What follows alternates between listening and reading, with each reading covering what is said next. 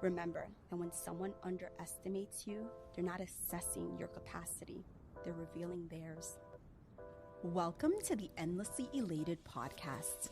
I'm your host, Kathleen Pagan, founder of Endlessly Elated, cook, designer, storyteller, and soon-to-be author.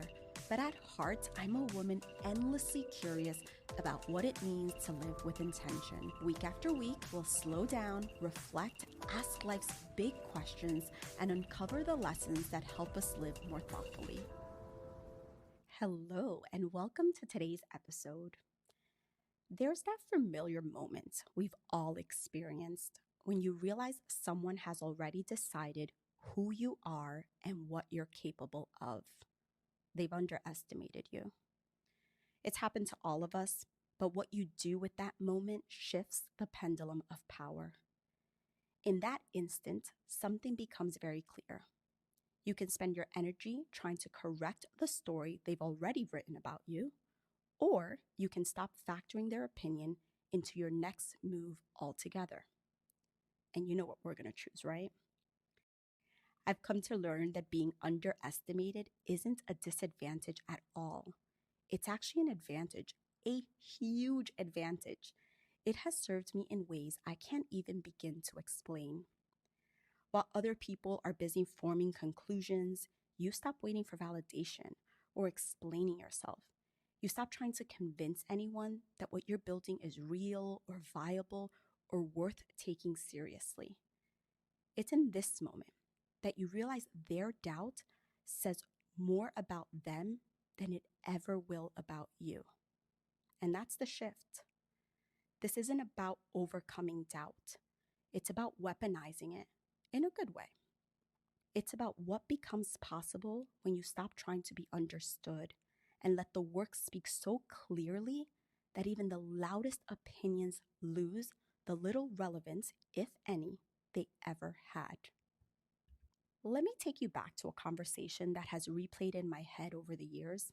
I think it's been the catalyst for my own reframe around being underestimated.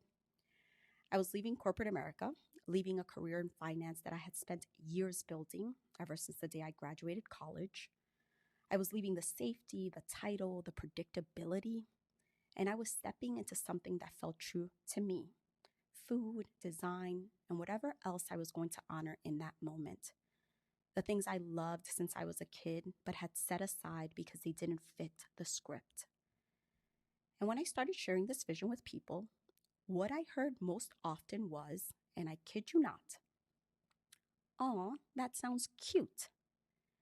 It was as if there was some insider conversation that had happened without my knowledge, and all these people decided to provide the same feedback. Cute. Not ambitious, not exciting, not even risky. Cute. I've come to realize that cute is the word people use when something doesn't threaten the life they chose. But I digress. So to them, it was cute. As if I was starting a hobby or would be something I do on the weekends between quote unquote real work. Or as if wanting to build something around my passions, wanting to be Martha Stewart-esque instead of staying a CFO was charming, but not at all serious. To me, the subtext was clear. You're wasting your career, your degree, and truthfully, you'll never really amount to what you would have been should you have stayed. They didn't say it outright, but you know when you can hear it. And I'd be lying if I said it didn't sting, or if in that moment it didn't create more self-doubt, because these weren't strangers. They were people who knew me, people I respected, whose opinions I valued. And here's what took some time, but I finally realized it. Their doubt, like I've said, wasn't ever about me. It was only about them. Because people measure your future using the limits of their own past. And they couldn't see it because they'd never allow themselves to imagine it. And what you can't imagine for yourself, you can't believe is possible for someone else. Their doubt was never my ceiling. It was simply their limiting beliefs fully exposed. So after a while, I stopped explaining and defending. I learned, and I stopped trying to make them understand. I put my head down and I started building the life I wanted. There was also this one moment before I left, and I think about this all the time as well because it's part of the whole reframe. I had a boss tell me that my niceness was a problem. If you are anything like me, I'm sure you've heard this before, that I needed to be tougher, sharper, more aggressive if I wanted to succeed in anything I did. And I looked at her, and I swear I don't know what came over me, because yes, I can be quote unquote too nice sometimes, but I said, don't ever mistake my kindness for weakness. I also should have probably let her know that the loudest voice in the room is often not the one who is leading, but the one who's masking insecurity. And kindness, softness, thoughtfulness, those aren't my liabilities, they're my choices. And just because I wasn't performing hardness the way she expected didn't mean I wasn't strong or a good leader. It meant that I was purposely operating from a different playbook, a playbook that was nothing like hers, and truth be told, to me, that was a compliment. I didn't want my playbook to look anything like hers. I actually didn't admire her way of leading, and it was a reminder that I could do things my way. So I've carried that with me till this day. Can you tell?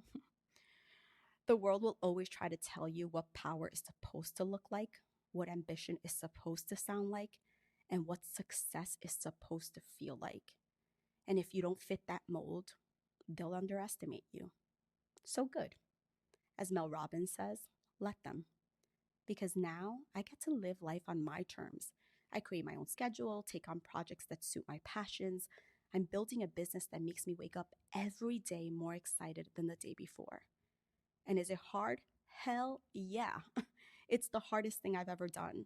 I've failed at a million different things. I've had to rebuild, rethink, and start over more times than I can count. And in full transparency, I'm still not where I want to be. But I wouldn't trade this life for any other. It's mine. It's a representation of what I always knew deep down inside was my path. And I might have not understood that then. And what I wish I would have known sooner is that being underestimated isn't just about other people doubting you. It's about what you do with that doubt. And their doubt didn't define me, but my response to it did. So now let me ask you something. How much of your life are you building around other people's belief in you? How many decisions are you delaying because you're waiting for someone to tell you it's realistic? How many dreams are you quietly shelving because the people around you can't see it yet? And here's the truth. You'll never get the universal belief. You will never convince everyone that what you're building matters, or that you're capable of pulling it off, or that it's worth taking seriously. I want to pause here. This will be a fully free episode. If you want to support my work and listen to other podcast episodes in their entirety, join me inside the subscriber space. You'll find the link in the show notes. Thank you so much for your endless support. So now, we all know that the world will always have an opinion, or worse off, you'll imagine it does. The people who love you will worry. The people you don't know will project their own limitations onto your vision. And none of it, I mean none of it, matters as much as what you know to be true. So the sooner you stop treating other people's doubt as a stop sign, the sooner you can start treating it as fuel. Every "that's unrealistic" is just someone else's ceiling. Every "you're too ambitious" is just someone else's fear dressed up as advice. And the "that sounds cute" is just someone else's inability to imagine something bigger than what they've allowed themselves to want. So it's not about you. It never was, and it never will be. Remember that when someone underestimates you, they're not assessing your capacity. They're revealing theirs. They're telling you what they think is possible based on what they've done or haven't done, or were too afraid to try. They're projecting their own limitations, their doubts, their own relationship with risk and ambition and the unknown. And you do not ever have to carry that. None of us do. So don't shrink your vision to fit their comfort or slow down so they can catch up. You just have to put your head down, drown out the noise, and build your dream life, whatever that means to you. And I feel like when we all do that, we quickly see how things change, how we stop managing perceptions and wasting energy trying to convince people who were never going to believe us anyway.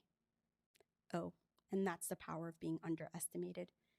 It gives you room to move, to build, to let them watch you. And when you finally show up with the thing they said couldn't be done, the business, the project, the life you wanted, there will be nothing left to say because you'll have made it and they'll still be thinking about it. Oh, and that cute comment has gone a long way. I think about where I am now, the life I've built, mornings that are mine, the work that lights me up, and the freedom to say yes to whatever the hell I want and no to everything else. I didn't get here because I convinced anyone. I got here because I stopped asking for that permission.